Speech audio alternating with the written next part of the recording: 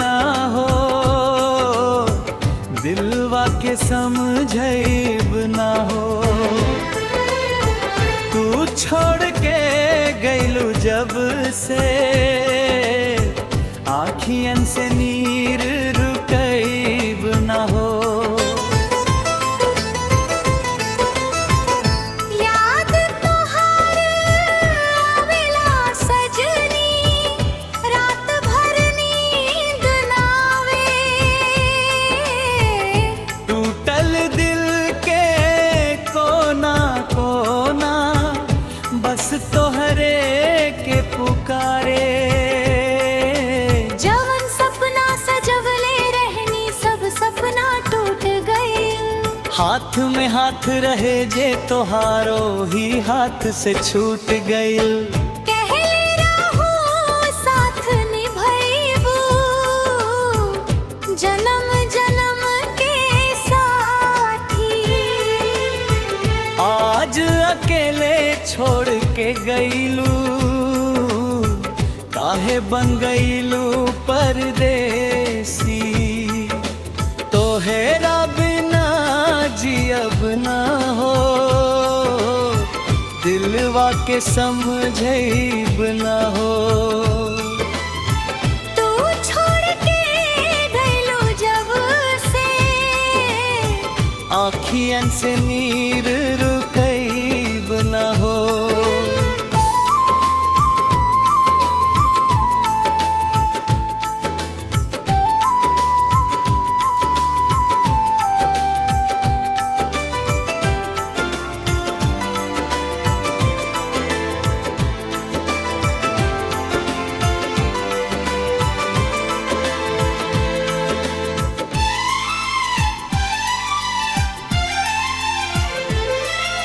चांद से पूछी रात में काहे अंधियारा लागे।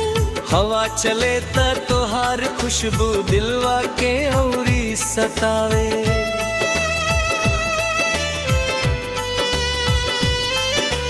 तोहरे नाम के चिट्ठी लिखी भिंजे नयन के पानी। तू ना आइलू लौट के सजनी, अधूरा रह गई कहानी। अगर प्यार में गलती भइल हो, सजा हमके दे दीहा। बाकी रे जाने कबीर लौट आ, टूटल दिल के जोड़ दिहा। तोहेरा बिना जियब ना हो, अब तक कुछ भावे ना हो।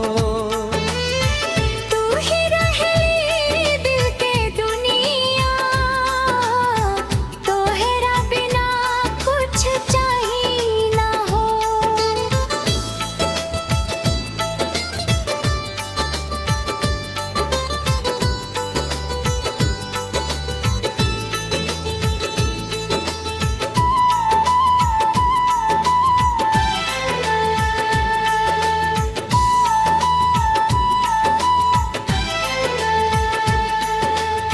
याद तोहार आवेला सजनी, रात भर नींद ना आवे।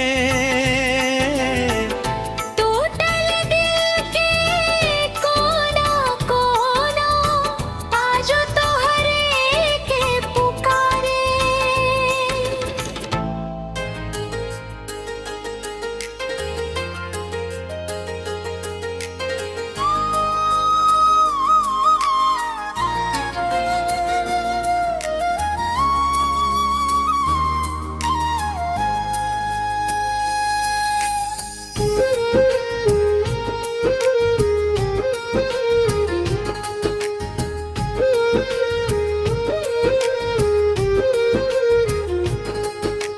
तोहरा बिना जियब ना हो,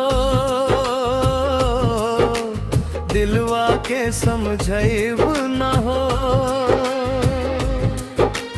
तू छोड़ के गइलू जब से, आँखियन से नीर रुकैब ना हो। याद तोहारा वेला सजनी,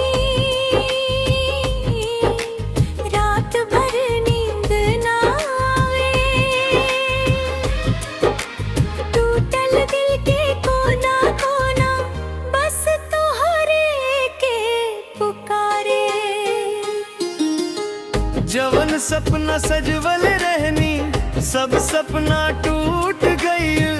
हाथ में हाथ रहे जे तोहार ओई हाथ से छूट गई। कहले रहू साथ निभाइबू जन्म जन्म के साथी। आज अकेले छोड़ के गेलू काहे बन गइलू परदेसी।